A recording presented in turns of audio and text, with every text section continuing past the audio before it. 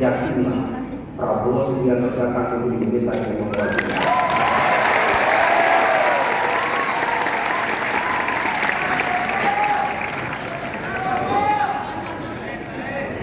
Sebenarnya inilah yang membuat mahal. Sahabat saya Gus Muhaimin Iskandar yang ini selalu memberikan label saya ini mahal, saking mahalnya PKB nggak kuat bunda.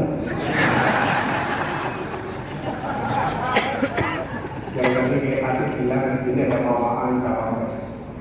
Saya pikir kalau bawaan presiden rata-rata memang presiden Indonesia itu belakangnya tuh. Tapi kalau cawapres wakil presiden itu bisa belakangnya tim. Contoh Kiai Ma'ruf Amin. Jadi kalau mungkin kelanjutannya Muhaimin ya pantas.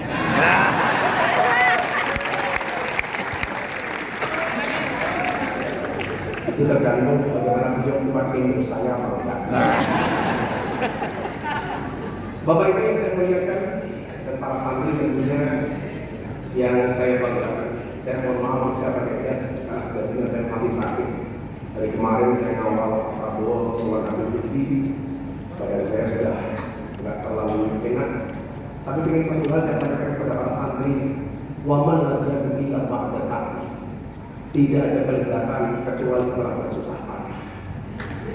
Maka rasa sakit yang saya rasa, insya Allah kalah dengan rasa cinta yang ada di dalam hati saya. Apalagi kalau dia kasih untuk santri tambah beras, saya selalu bilang cinta Gus Miftah kepada santri tambah beras seperti air kencing di dalam kolam renang.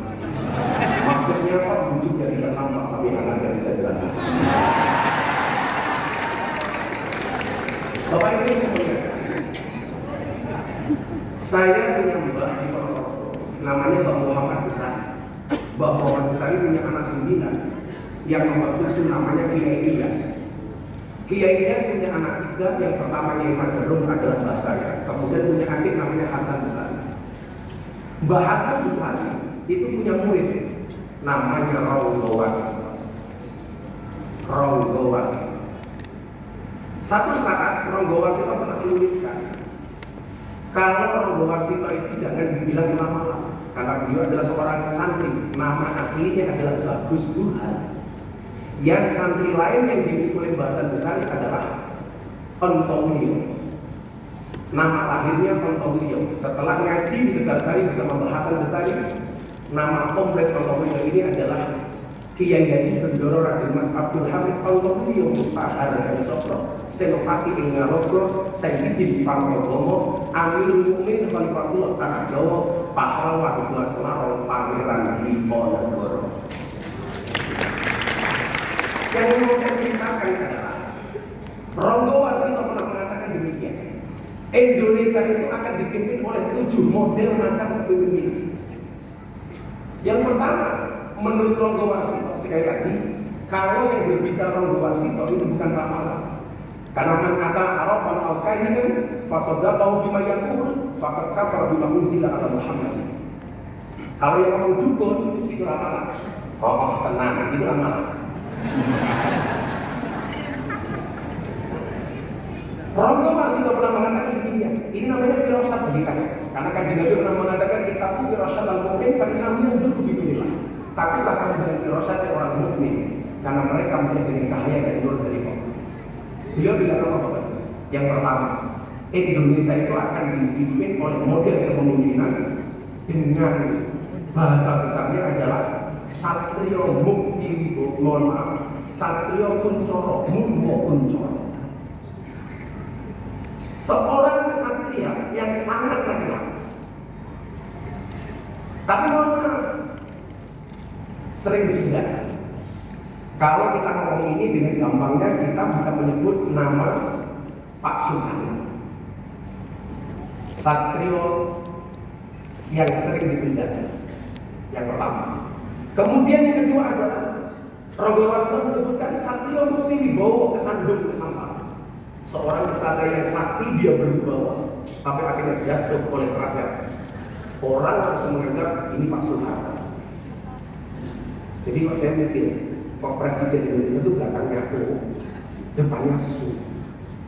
Saya berpikir, saya lebih suka panggil Pak Prabowo ini bukan Prabowo, tapi Subianto.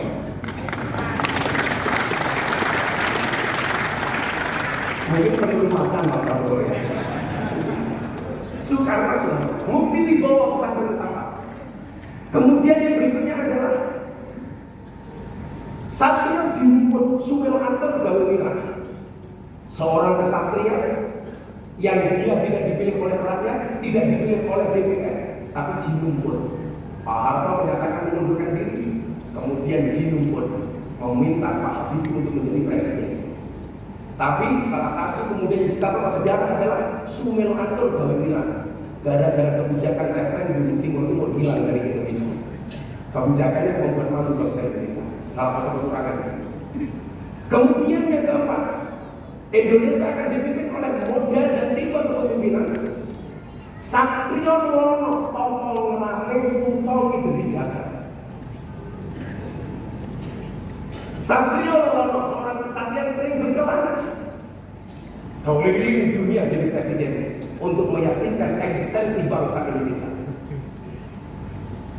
Kalau kita ngomong itu masih belum paham, tapi begitu Utol itu dijaga, orang yang tidak bisa melihat tapi bisa keliling dunia, kita langsung teringat dengan nama almarhum Kiai Haji Abdurrahman Wahid alias Gus Dur.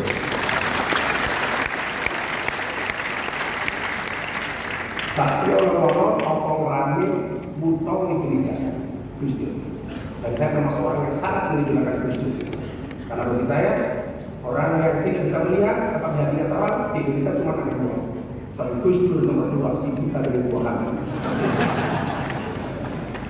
Saya ingat Pak Prabowo, Gus Dur itu zaman lalu pada berani cerita sama pemerintah. Gus Dur rapat dengan para kiai, datang intelijen informasi namanya Gus Dur. Gus Dur bilang sama dia, para kiai mulai sekarang akan membuat teknologi. Kita bercakap-cakap pakai bahasa Arab. Intelnya pulang, ditanya sama komandannya, Intel apa tadi hasil rapatnya Gus Dur dan para kiai? Intelnya jawab, aman. Kemudian Gus Dur dan para kiai hanya saling mendoakan. Gus Dur juga aman. Kemudian yang kelima, tipologi pemimpin Indonesia adalah Satrio Piningit Hamungtuh, seorang kesatria Piningit yang dia mendapatkan nama besar karena bapaknya orang besar. Maka kita mengenal dengan nama Megawati Soekarno.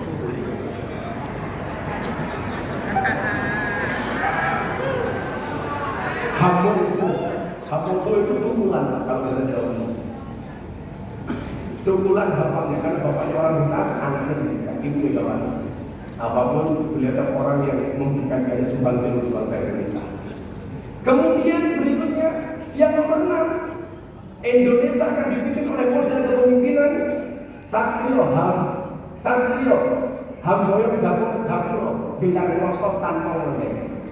Satrio Boyong Pambukaning Gapuro gelar rosok tanpa lembek. Seorang kesatria yang mulai mampu menata tatanan pemerintahnya. Tetapi mohon maaf, tujuannya macam-macam. Gelar rosok tanpa lembek. Kenapa bisa kata negara tidak bisa kelenggari? Karena musibah di mana-mana. Aceh gempa bumi, tsunami, Jogja gempa bumi, demikian juga dengan daerah-daerah yang lain. Orang langsung berpikir dengan Bapak Susilo Bambang Yudhoyono. Kemudian yang ketujuh, yang menurut Rondo Arsito, kalau ini beliau tidak nyebut nama, dan ini susah untuk ditafsirkan, karena cuma sampai 7. Indonesia itu akan mengalami kemakmuran bertahun-tahun, bahkan ratusan tahun, kalau Indonesia punya tipikal pemimpin yang ketujuh. Satrio Pinanggito Sinisian Wahyu Ratu Tan Omah Kuto.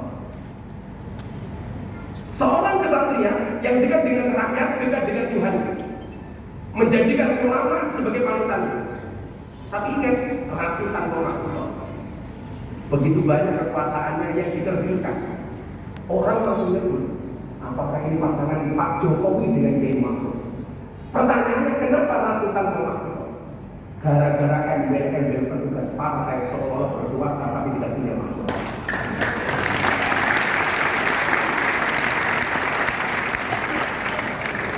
Tapi dengan segala keterbatasannya menjadi pemimpin yang hebat. Nah, kalau yang nomor 7 ini kemudian menjadi tipologi bukan sosok, kemudian dalam bahasa lain disebutkan siapakah presiden berikutnya. Yang pertama, banyak mufasir ramalan orang Warsito atau filosof orang Warsito yang menyatakan bahwa pemimpin Indonesia adalah yang mampu meneruskan gerak langkah Presiden Joko Widodo, yang dianggap mampu untuk membawa misi-misi Presiden Joko Widodo, sehingga apa? Program-program Pak Joko Widodo tidak akan hilang. Nah, pertanyaannya itu siapa? Tapi kalau menurut Joko Widodo, Presiden Indonesia itu rata-rata belakangnya maka muncul nama Soekarno, Soeharto, Susilo Bambang Yudhoyono, Joko Widodo. Besok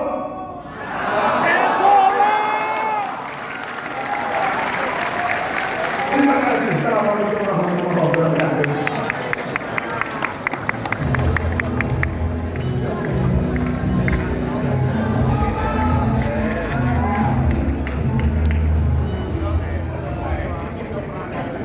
Baik, saudara hadirin dan juga para pemirsa, rangkaian istighosah nasional dan doa keselamatan bangsa bersama Menteri Pertahanan Republik Indonesia, ulama, habaib dan kiai pesantren se-Indonesia. Untuk selanjutnya